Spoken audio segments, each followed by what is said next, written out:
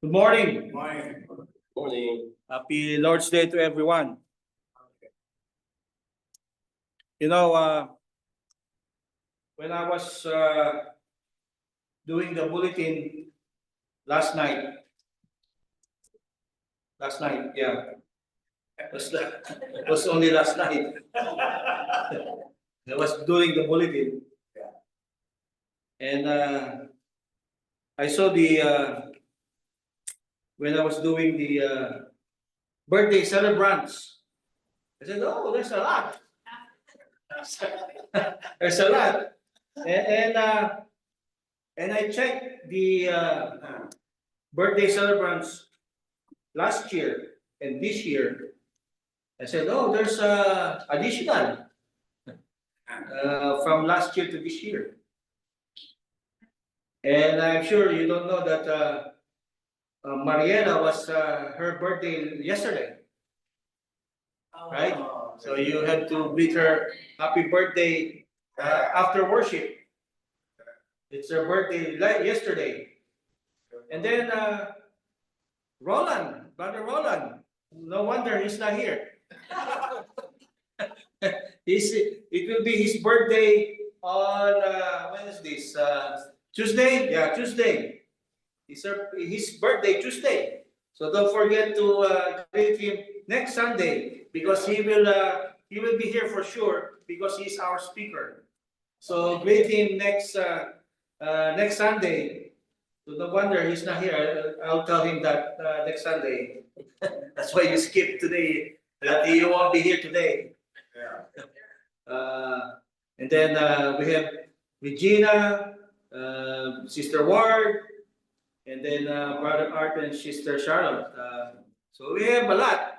And that's don't forget to stay later on because we will sing happy birthday to all of these birthday celebrants after worship because we will have our potluck today after worship.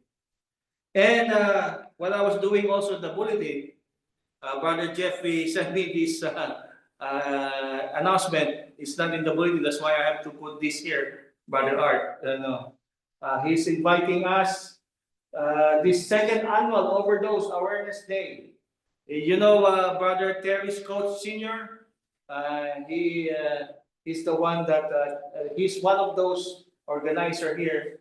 I think it's under that, it's the Brothers Against Drug Deaths. Yeah, so it will be on August 20, 2025. And then yesterday, who was listening to the Q&A yesterday on my Angel Radio? Brother Art. There was one that was quoted yesterday, and I want to share it to you this morning. It has nothing to do with our sermon, but I just want to share this one because this is amusing. This quotation. It's a quotation. It says, "In the beginning, Christianity was a fellowship of men and women centered on the living Christ."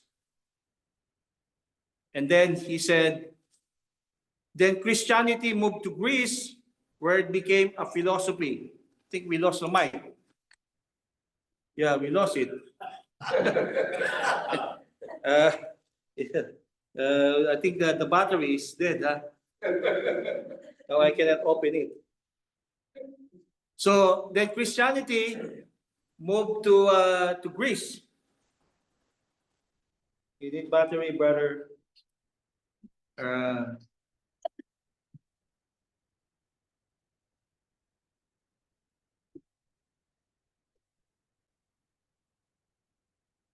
So this is the reason why this quotation is because of this technology that we are doing now. So he says, when then Christianity moved to Greece, where it became a philosophy. Sister Regina was saying you were at Greece before, remember? Yeah. Thank you, Brother Renato. And then he said, then it moved to Rome. It became an institution, right? Then it moved to Rome, and then he said, then it moved to Europe, the entire Europe, where it became a culture.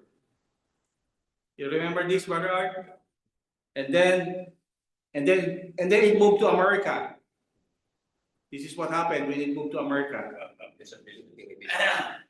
It became a business. It's quite amusing, but true, right?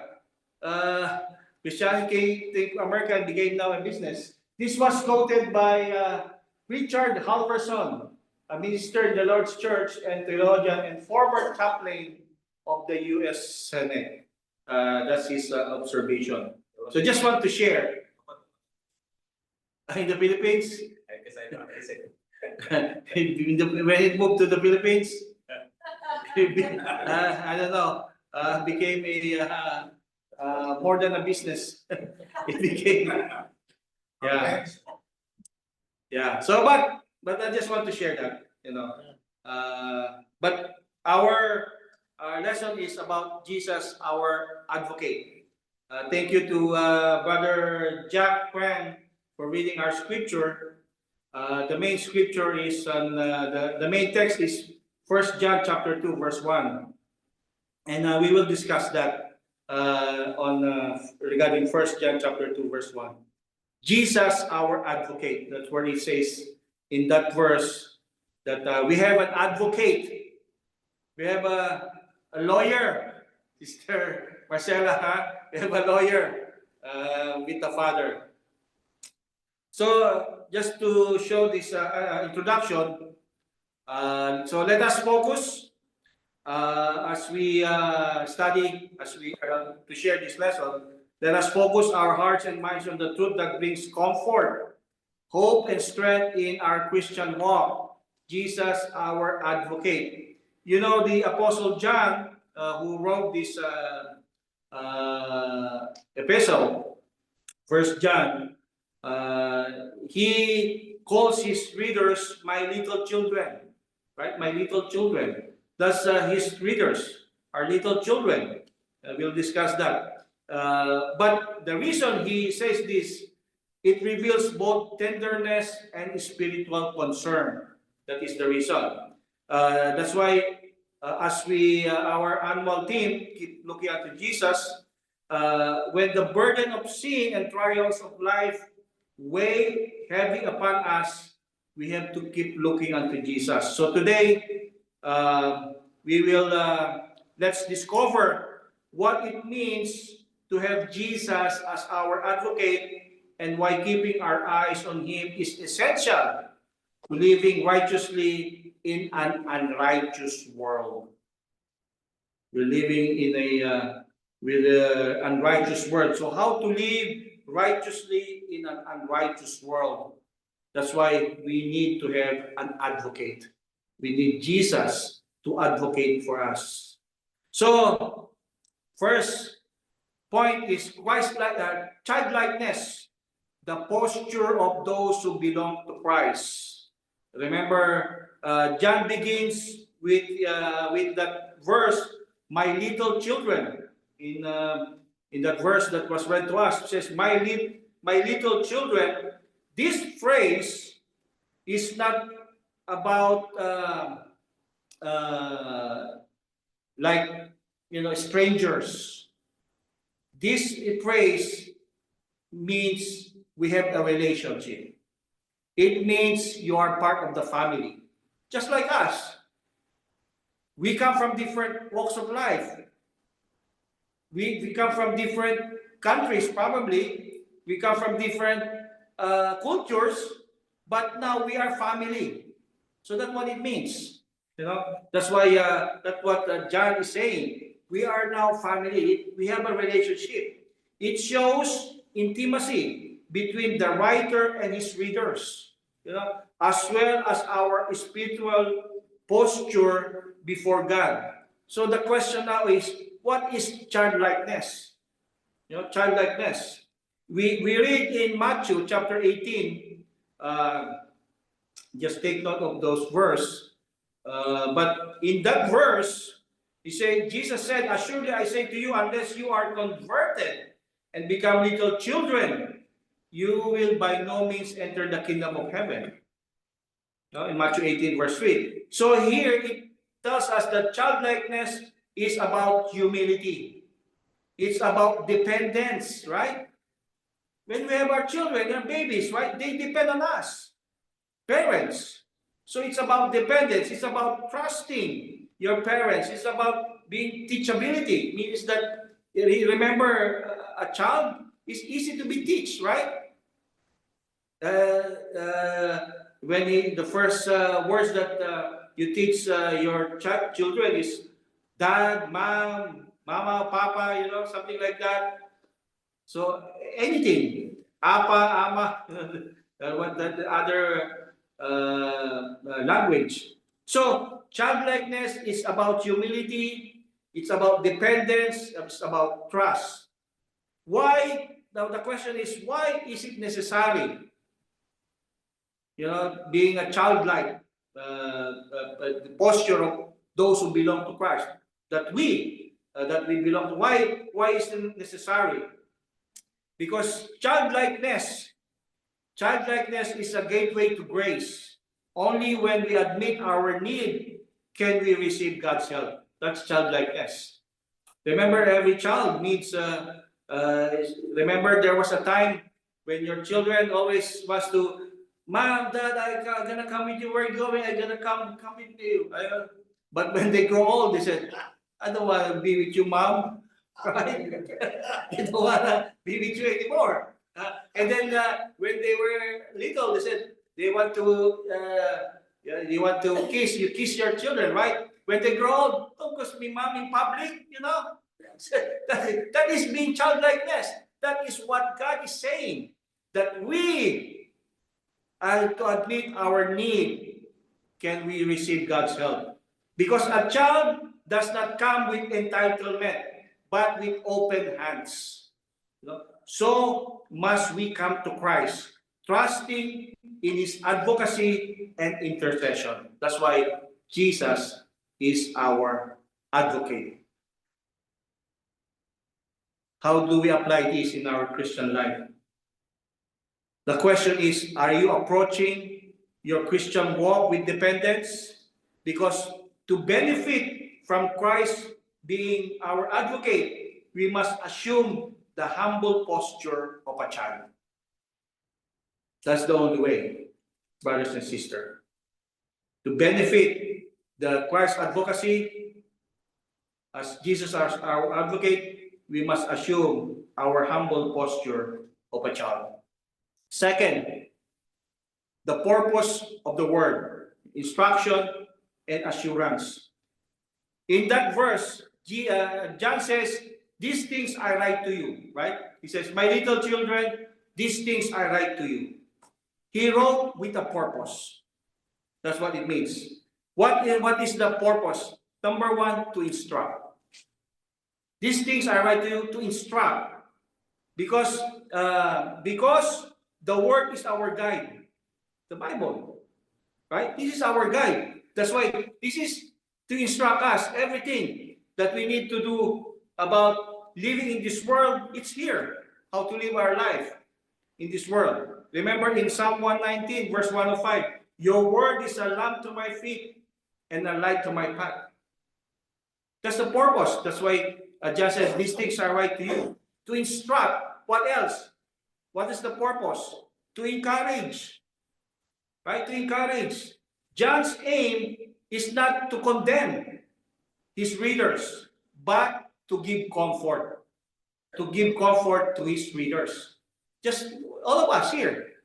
Why do we come to the church building every first day of the week? To encourage one another. Right? Like Brother Richard was saying here before, that why we do have Bible class? Why do we have fellowship meal? To encourage one another. That's the reason why we assemble. That's why the Bible says, "Do not forsake the assembly together." Because what is the reason? It's not to condemn, but to give comfort, to encourage. In Romans 15, verse 4, Whatever things were written before were written for our learning. See, this is for our learning, that we through the patience and comfort of the scriptures might have hope. You know.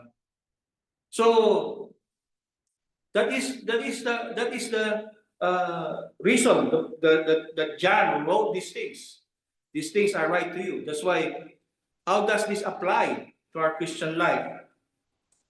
It means that let the word train your mind and anchor your soul. You know, yeah, we have to turn to the Word of God and train our mind and to train and to anchor our soul to the Word of God, because that's why we are here, to learn the Scriptures, to know the Scriptures, and to apply the Scriptures. So train our mind to the Word and anchor our soul to His Word. Now, the third thing is sin is forbidden. There's a clear warning. Remember, John says, these things are right to you. And what he says? So that you may not sin. Right? That's what he said. These things are right to you so that you may not sin.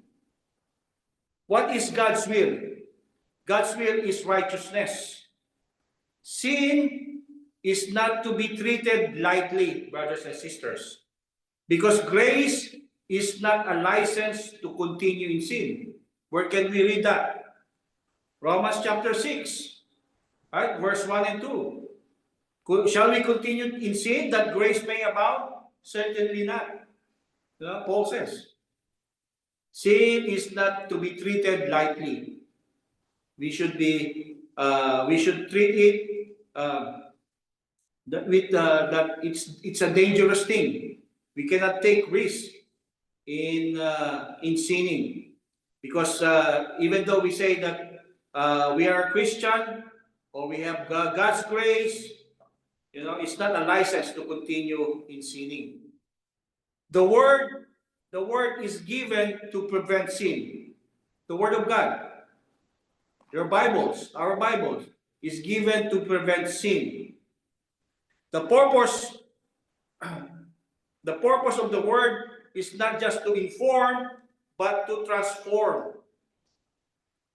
The Word is not given to for us to inform. That is just that it's not enough just to learn what is this or to inform, but we need to be transformed.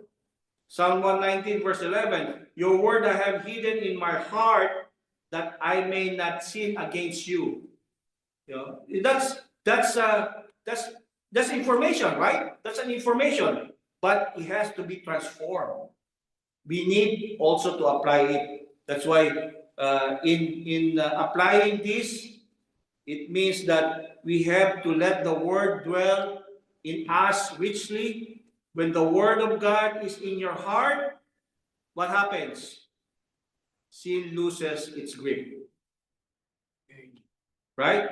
Remember when I think it was James. It says there that in order to resist Satan or to resist the devil, what is the first step? Submit. Right? Submit to God. That's the first step. In order to resist the devil, you have to submit to God. That's what it means. That as long we have the Word of God in our heart, sin loses its grip. So the Word is given to us so that we prevent sin. That's the reason why John says, so that you may not sin. That's why read the Scriptures daily, not only for knowledge, that we know everything what is written here, but for transformation, so that we be transformed. It's not only that we got a lot of verse that we learn, not only for knowledge, but for being transformed. Next point, the mediator. The mediator, Jesus, stands in the gap. John says, if anyone sinned, right? He continues in the verse, in the verse. If he says, if anyone sins, we have an advocate with the Father. We have a lawyer, right? We have a lawyer. We have an advocate, the one who can mediate between us, the one that can intercede for us. We have an advocate if anyone sinned, John says. So the question now is, who is a mediator? Right? A mediator stands between two parties making peace where there is division. Right? Just like the picture. I get this from the lesson from Sister Deb. Right? This picture. The mediator, because here we see Jesus. In 1 Timothy chapter 2, verse 5, you know that verse, right? For there is one God and one mediator between God and man. Who is that? The man Christ Jesus. He is our mediator. Jesus stands in the gap between God and man. That's the mediator. And what is the role? What is Christ's role as mediator? His mediation is ongoing, not a one-time thing. He's a mediator not only once, but all the time. He's our mediator. He's always there. Because Jesus not only died for our sins, but also continues to mediate on our behalf. Because, like John says, if anyone sins, right? I'm sure when we become a Christian, we still sin. We're still liable to sin. Because why? We're still in this world. We are in this unrighteous world.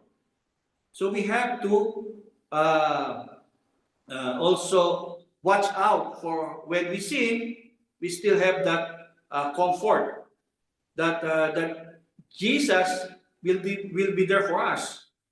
So to apply, our application is when you fall into sin, don't run from God. Run to Jesus. He's not just your Savior at the cross. He's your daily mediator in heaven. He's always there. That's why being childlike, we must depend on that. We must be dependent on our advocate. Being advocate means that Christ will also intercede for us. And we have that constant hope.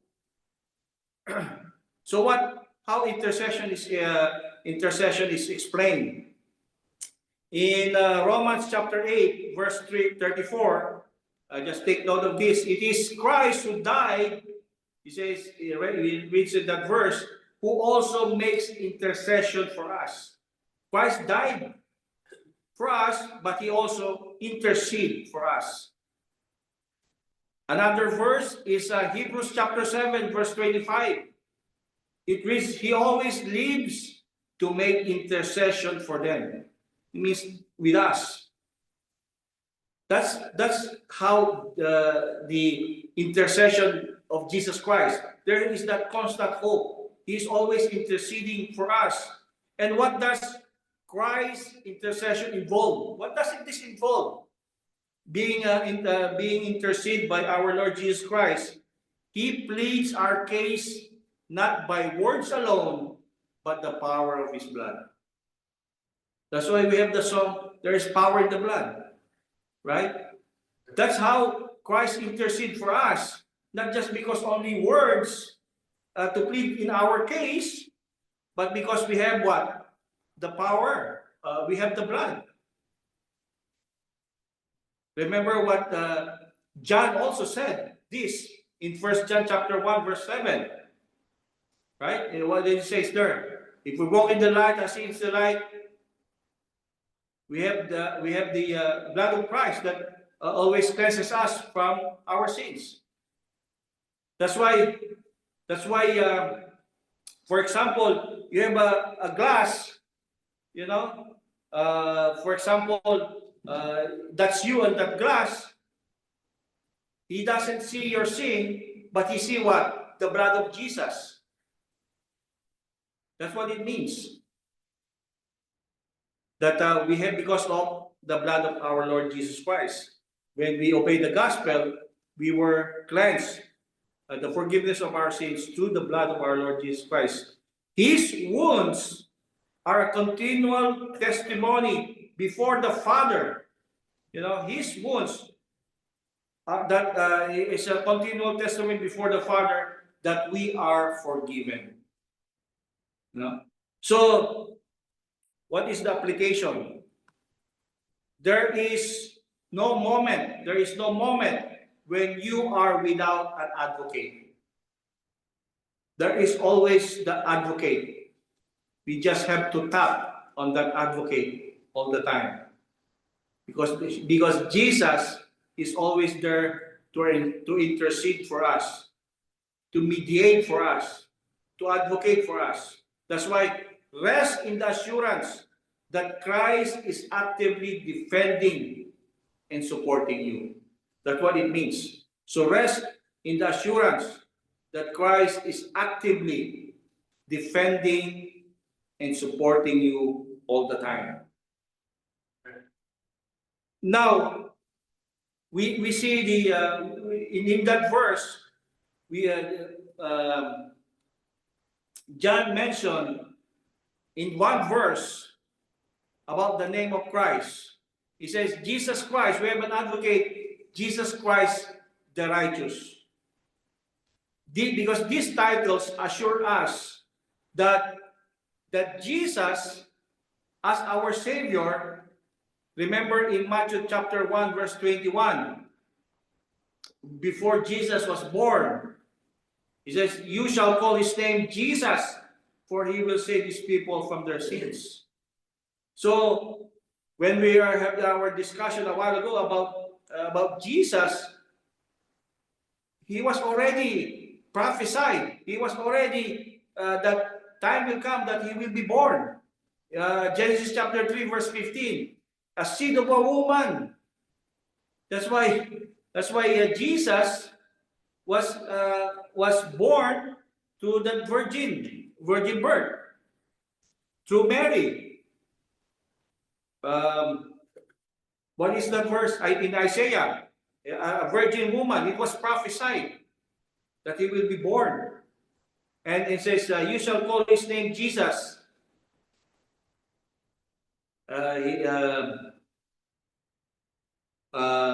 This was mentioned to Joseph and Mary because his very name points to salvation. The reason why Jesus came to earth is to save us from our sins. That is his main mission. But he has to go through this process, being born, to grow up. You know, it's not just like, just be, God will send a man right away, full grown, like that. He has to go through that process.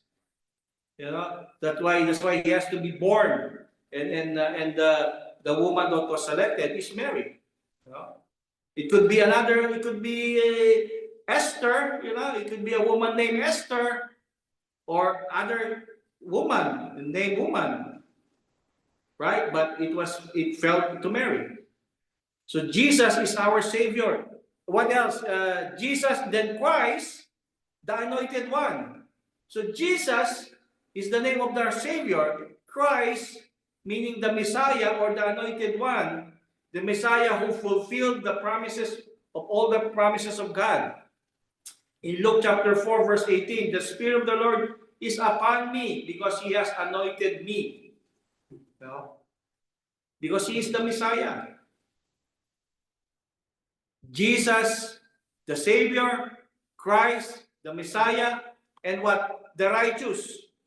The righteous means our standard and our substitute. That's why the verse that was read to us this morning, remember in verse 2, propitiation. That's why he said, he himself is the propitiation of our sins. Because instead of us on the cross, he is the propitiation, meaning he is our substitute. Jesus was our substitute. He took that to himself. That's what it means, that propitiation of our sins. That's what it means. Because he is the righteous. He is not just righteous, he is the righteous one. Second Corinthians chapter 5, verse 21. For he made him who knew no sin, right? He said, for he made him who knew no sin to be sin for us. That's what it means of propitiation. That we might become the righteousness of God in him. So he was the our substitute.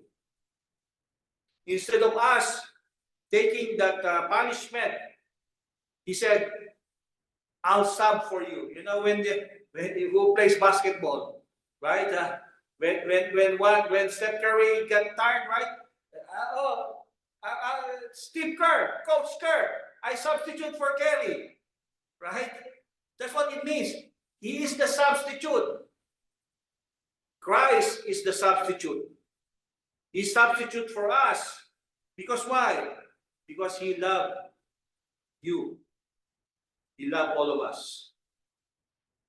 So these names, the application, these names are not mere titles, but truths to hold on to. We need to hold on to these names. Because in your weakness, in our weakness, remember who Christ is and what his name declare about his role in our life. Because he is our Savior, he is the anointed one, and he is the righteous one. He is our substitute, our standard to live righteously in this unrighteous world. That's what it means. He is our standard, and he is also our substitute. Last, when we talk about righteousness, the life we are called to live. Because we say Jesus is our righteousness, right? We read that in 1 John chapter 2, verse 1. Because our righteousness does not come from keeping the law, but from our faith in Christ Jesus.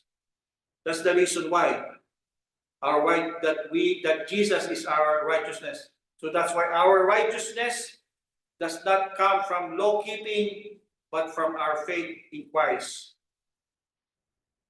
The gift and the goal. Righteousness is both imputed. In Romans chapter 4, verse 6, it was imputed for us. David was talking about David. He was imputed to David righteousness. And righteousness is also to be pursued. You know, righteousness has to be pursued also. 1 Timothy chapter 6, verse 11. We need to pursue righteousness. Go after righteousness. Because righteousness doesn't come to you. We have to pursue righteousness. In Hebrews chapter 12, verse 14, he says there, pursue holiness. Why?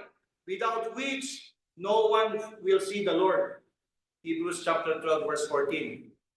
That's why we need to pursue righteousness, pursue holiness. Because if we don't pursue holiness, no one will see the Lord. It means we will not reach heaven. And we don't want that, right? We don't want our goal, because our goal is to reach heaven. And if we want to reach heaven, we must pursue holiness. That's why to apply these things, live righteously, not to earn salvation, but to reflect the one who saved us. That's why we have to live righteously in this unrighteous world. Cling to Christ, righteousness, when you feel unworthy. Just cling to the righteousness of Christ. So before our conclusion, let me have this illustration. You see this courtroom, right? I'm sure you watch a lot of courtroom drama in TV, right? Imagine you are there standing in that courtroom. You know, you're standing in that courtroom. And the judge is God. Right? Or imagine yourself. You're standing in that courtroom, and the judge is God. And who is the accuser? Who is accusing you? Satan. Right, Sister Virgie. Satan is there also accusing you, listing every sin you have committed. 39 felonies, for example. You have 39 felonies, listing every sin you have committed. You know, Satan accusing you every day of these 39 felonies that you have committed. Revelation chapter 12, verse 10, you can read that. Satan is the accuser. Then the evidence is overwhelming. You're guilty as charged, beyond reasonable doubt. That's the terminology, right, Jack? That's the terminology of in the courtroom. You know that there's nothing you can do because the evidence is overwhelming. You will be guilty beyond reasonable doubt.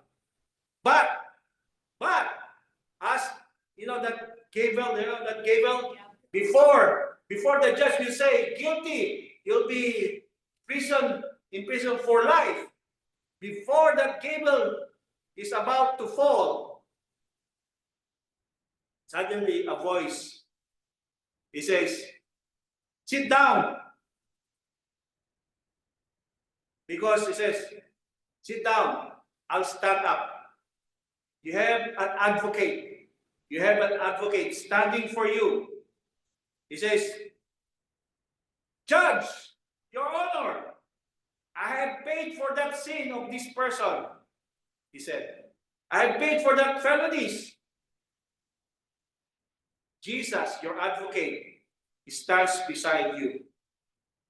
Not to excuse your 39 felonies, not to excuse your sin, but to claim you are forgiven. To claim you are forgiven. Now, what will the judge say? He says, not guilty, case dismissed. Remember, brothers and sisters, that is not a fiction. What I just said is not a fiction. It's not a storytelling. That's a daily reality for every of us Christian who keeps looking unto Jesus. He is always there to advocate for us, for our sins. Don't take that as a fiction. That's reality. So as we conclude this morning, keep looking unto Jesus, the author and finisher of our faith. Are you tired of falling short? Keep looking unto Jesus. Are you ashamed of past failures? Keep looking unto Jesus. Are you afraid of condemnation? Keep looking unto Jesus. Jesus is our advocate. He is our mediator. He is our intercessor. And He is our righteous Savior.